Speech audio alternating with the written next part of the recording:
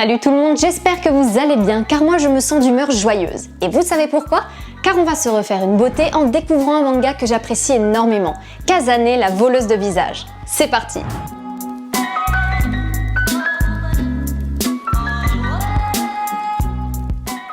Kazane, la voleuse de visage est un manga complet en 14 tomes paru en 2013 au Japon et créé et dessiné par Daruma Matsura.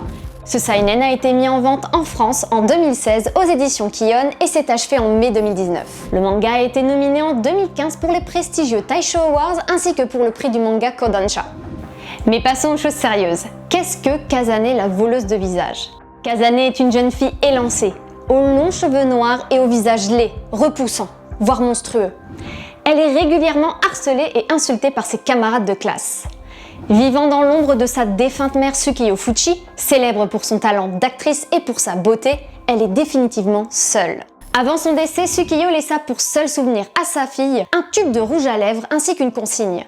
Si un jour ta vie devient trop insupportable, maquille tes lèvres, approche l'objet de ta convoitise et embrasse-le.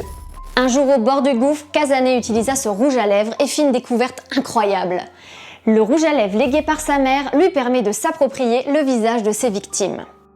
Voici donc le personnage de Kazane, une jeune fille peu sûre d'elle, troublée, avec des envies suicidaires, mais ayant un talent extraordinaire pour le théâtre. Elle considère sa mère comme un objectif qu'elle ne s'imagine jamais atteindre, c'est-à-dire devenir célèbre, avoir une carrière en tant qu'actrice, mais surtout devenir belle. Mais grâce à ce rouge à lèvres, vous pourrez suivre son histoire et sa montée en puissance dans le monde du théâtre.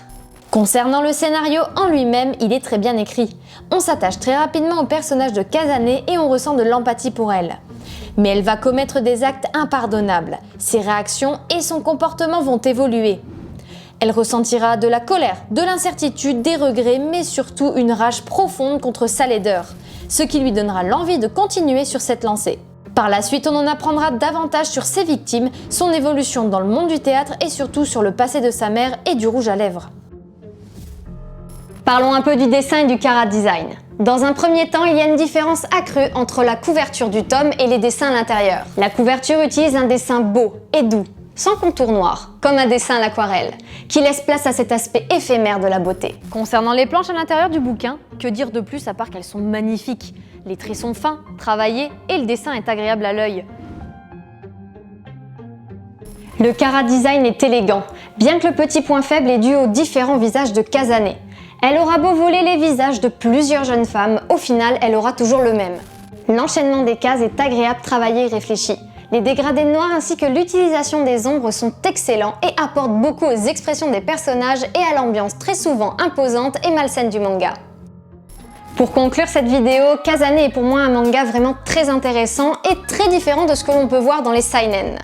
Daruma Matsura a réussi à me faire aimer un anti-héros tel que Kazane, qui serait pour n'importe qui une simple meurtrière avide d'évolution et de beauté. En tout cas, la fin de l'histoire est vraiment incroyable et j'espère que cette vidéo vous aura donné envie de découvrir ce manga qui est une pépite pour ma part dans l'univers de l'horreur. J'espère que cette présentation vous aura plu, n'hésitez pas à commenter, liker et partager cette vidéo. Sur ce, je vous dis à la prochaine pour un nouvel épisode. Matane!